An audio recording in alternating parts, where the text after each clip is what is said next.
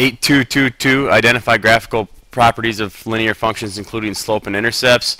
Know the slope equals the rate of change and that the y-intercept is 0 when the functional represents a proportional relationship. Slope, couple ways that we've talked about it. It is your rise over run. We could use y2 minus y1 over x2 minus x1 to find slope. Proportionality, graphs that have proportionality, as stated above, the y-intercept is 0. So here's my y-axis, and this is where it is 0. So graphs that are proportional have to go through the origin. Part A, what is the slope of a line shown? When given a graph, I personally would do rise over run, so I construct my right triangle. They give us 2 points. So from this point, I'm going to go to the right 1 unit, 2 units, 3 units, and when I move to the right, that's a positive 3. Another thing to note that this line is positive, it is increasing. You want to be sure that whatever the intervals are going by, that's what you count by. Each line here is 1 unit, so that's why I'm counting by ones. So I'm going to go up 1, 2, 3, and 4. So my rise over run is 4 over 3. So my slope here in part A is 4/3. Part B says what are the x and the y intercept.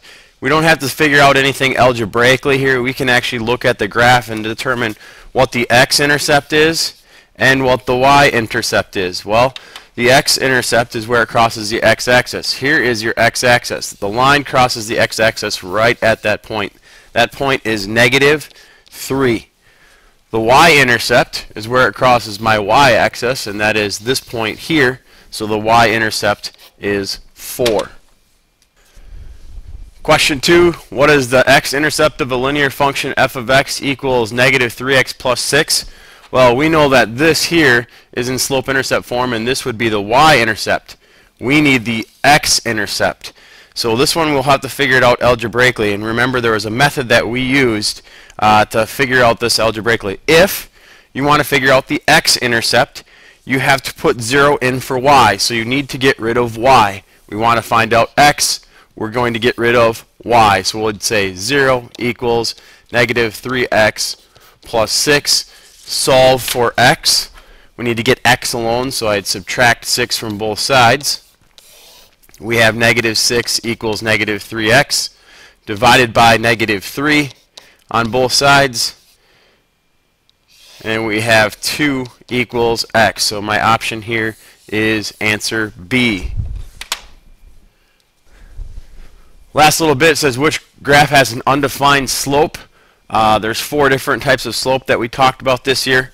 In example A, here's that straight line all the way across here. This has no slope. There's no pitch to that line, so the slope of this line is 0. This next line in C, this has a positive slope. Down here in B, we have a negative slope. This line is decreasing. And last, when you have a line that is straight up and down vertical, this is so steep you cannot define the slope. So this here is our undefined slope. Vertical lines have a slope that is undefined. So D here is our answer. This will conclude 8222.